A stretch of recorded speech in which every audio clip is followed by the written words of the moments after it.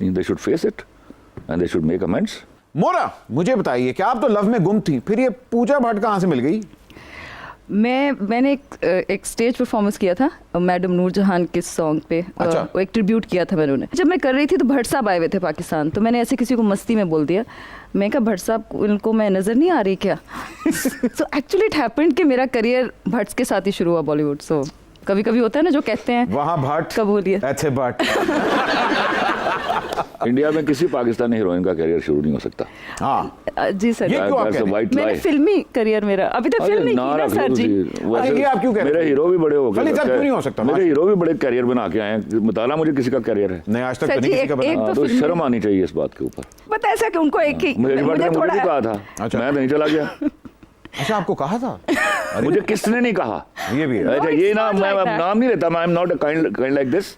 मुझे किसने नहीं कहा सिवाय करण जौहर के। और आपने ना कर दी।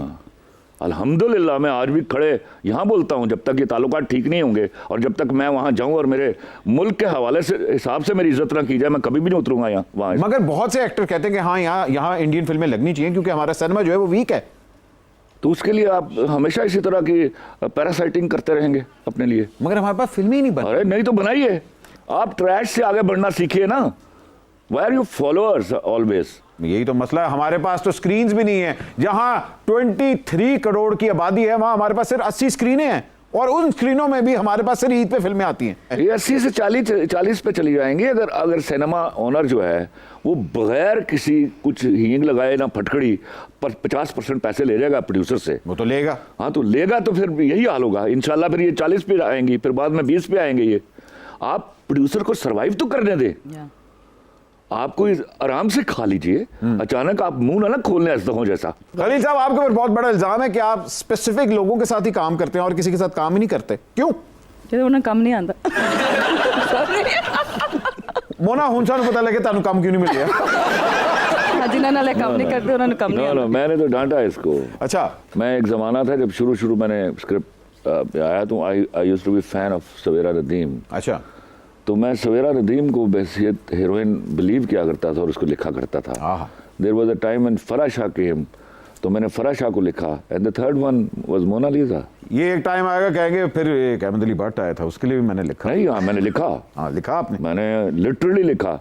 और मैं अब क्या कहूँ, मैं किसी की इक्वली अ फ्रेंड गोहर रशीद, नहीं, लेकिन मैंने रोल तुम्हारे लिए लिखा था। अभी उसने अच्छा किया भाई, मैं सच बोलने से तो इनकार नहीं करूंगा। हाँ, मगर उसने वाकई अच्छा किया और फिल्म बहुत अच्छी गई। कन्विंस किया गया तो मैं मान गया उसके लिए। बस ठीक है। खलील साहब, हमने आपकी लंदन नहीं जाऊंगा फिल्म देखी है जिसमें गोहर रशीद इंपोर्टेड पंजाबी लगा है। ले शाबाश है, तू मार पोल। नहीं, फैक्चुअली इशू ये है कि मैंने उनको सामने रख के लिखा नहीं था उनका रोल, और फिर मेरी कोई ब्रीफिंग नहीं थी उसको। जब पंजाब नहीं जाऊंगी बनी थी तो एक बाकायदा ब्रीफिंग गई थी हीरो को भी, बाकी कास्ट को भी, तो उसका नतीजा ये हुआ कि it was a good package. यहाँ थोड़ा कम था वो, इसलिए कि role was written for Ahmed Bhatt, तो दे चोज उनकी कोई सोचा, उन्होंने मुझे कन्विंस किया इस बात के ऊपर और मैं कन्विंस हो गया।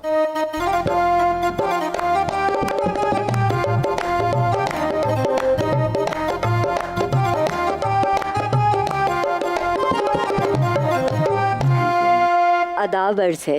अरे जंगू भाई, आप अचानक ऐसे? खलील साहब की कशिश हमें खींच लाई है। हाय हाय हाय, ए खलील साहब दी कशिश हीथरो एयरपोर्ट ते खलो जाए ना ते नवाज शरीफ साहब भी शायद वापस आ जाएं। आई विश आई कुड यार। वैसे अगर शरीफों पे कोई फिल्म लिखेंगे तो क्या लिखेंगे? बदमाश। हम यूं ही कमाल अमरोही और संजय लीला के पीछे वक्त जाया करते रहे। खलील साहब, अगर आपने हमें 2% की औरत कहा होता तो आज बॉक्स ऑफिस पे हमारी पोजीशन भी मजबूत होती और फीस भी 3 गुना बढ़ जाती। एक मिनट, मैं आज फिर क्लैरिफाई करूं, इंतहाई जहालत की बात है और ये फेमिनिस्टों, वो फेमिनिस्टों को डिसबिलीव नहीं करता, जिनको ये है वो घटिया फेमिनिस्टों ने ये जुमला उठाया। मैंने कभी 2% की औरत नहीं कहा। जब मैं औरत कहता हूं तो जनरलाइज करता हूं, औरत तो प्राइड है मेरा। मैंने कहा इस 2% की लड़की, तो आपने एक और को single out, single out specifically कहा कि the person who had committed the sin. हमारा भी मतलब यही था। कहानी और अफसाने तो मौजूद होते हैं, लेकिन उनको उन्वान देना मुश्किल होता है। जैसे किसी ने कहा है, मैं फसाने तलाश करता हूँ, आप उन्वान ढूंढ कर लाएं। अरे वाह वाह वाह वाह वाह। आहा, क्या कहने सागर सदीकी के, आओ बादाकशों की बस्ती से कोई इंसान ढूंढ कर लाएं। और बट आ गया है पड़ोस से सालन, आओ कहीं से रोटी और नान ढूंढ कर लाएं। खलील भाई, क्या कहानियों को उन्वान देना मुश्किल होता है? कहानियां बजाय खुद उन्वान होती हैं। हमने इस तरह के पेट रूल्स कभी भी नहीं होते, मेरे यहाँ तो कभी भी नहीं होते, because I was always a gifted guy. तो मुझे जब कहानी आती थी साथ उन्वान भी आता था, बाज़-औक़ात उन्वान आते थे तो कहानियां आ जाती थी। उन्वान दे नाल कदी नुमान आया? हाँ, शुरू में नुमान ही आए थे, ही रिक्वेस्टेड मी, तो वी हैड द पार्टनरशिप। अच्छा। तो मेरा पहला सीरियल था दस्तक और दरवाज़ा, और he wanted to do the role of Usman Peerzada. तो ऑडिशन किया मैंने उसको भी और भाभी साहबा को भी, दोनों माशाल्लाह फेल हो गए थे उसमें। और फिर वो रोल मैंने उसको दिया, उस्मान पीरज़ादा को। वो फिर उस्मान पीरज़ादा या। और मुझे अभी एक इंटरव्यू में उसने कहा कि मैं खलील साहब को लेके आने वाला हूँ, नाउज़ बिल्लाह मिन ज़ालिका। अच्छा, फैक्ट आपने क्लियर कर दिया। या दैट्स द फैक्ट। और मैं जिंदा हूँ, वो भी जिंदा। बुलवाइए जरा उसको मेरे सामने, मैं बताऊँ उसको। रानी बेगम ने तो कामरान शाहिद के अब्बू के लिए जहर चाटा था, लेकिन हम आपके कदमों में जान दे देंगे अल्लाह अकबर।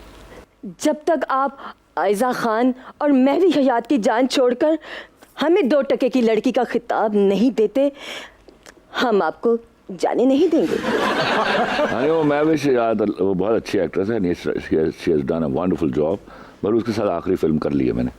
आखिरी? या। ओके, इसके बाद आप महविश के साथ नहीं काम करेंगे? मेरा नहीं ख्याल का वो, मैं लिख नहीं पाऊंगा। मैं हुमायूं सईद के लिए लिख थक गया हूँ। मगर आप लोग की इतनी अच्छी जोड़ी, इतनी अच्छी केमिस्ट्री है। हाँ, तो वो और कोई काम कर लेना, मेरी जिम्मेदारी है। वैसे महविश हयात की एज के बारे में भी लोग कह रहे हैं कि अब काफ़ी ज़्यादा हो गई है।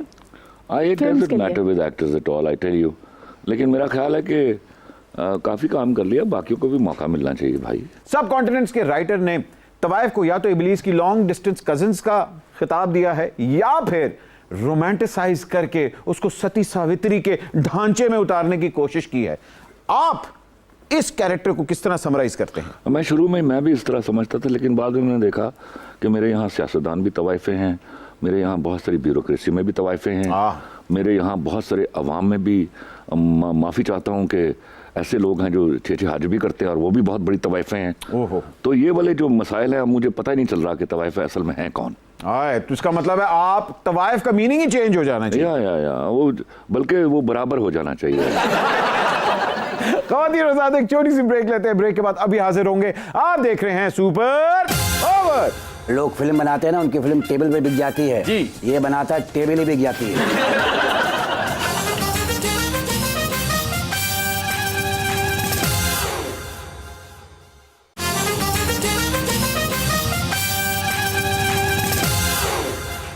ख़वातीन और हज़रात, welcome back from the break. आप देख रहे हैं सुपर ओवर।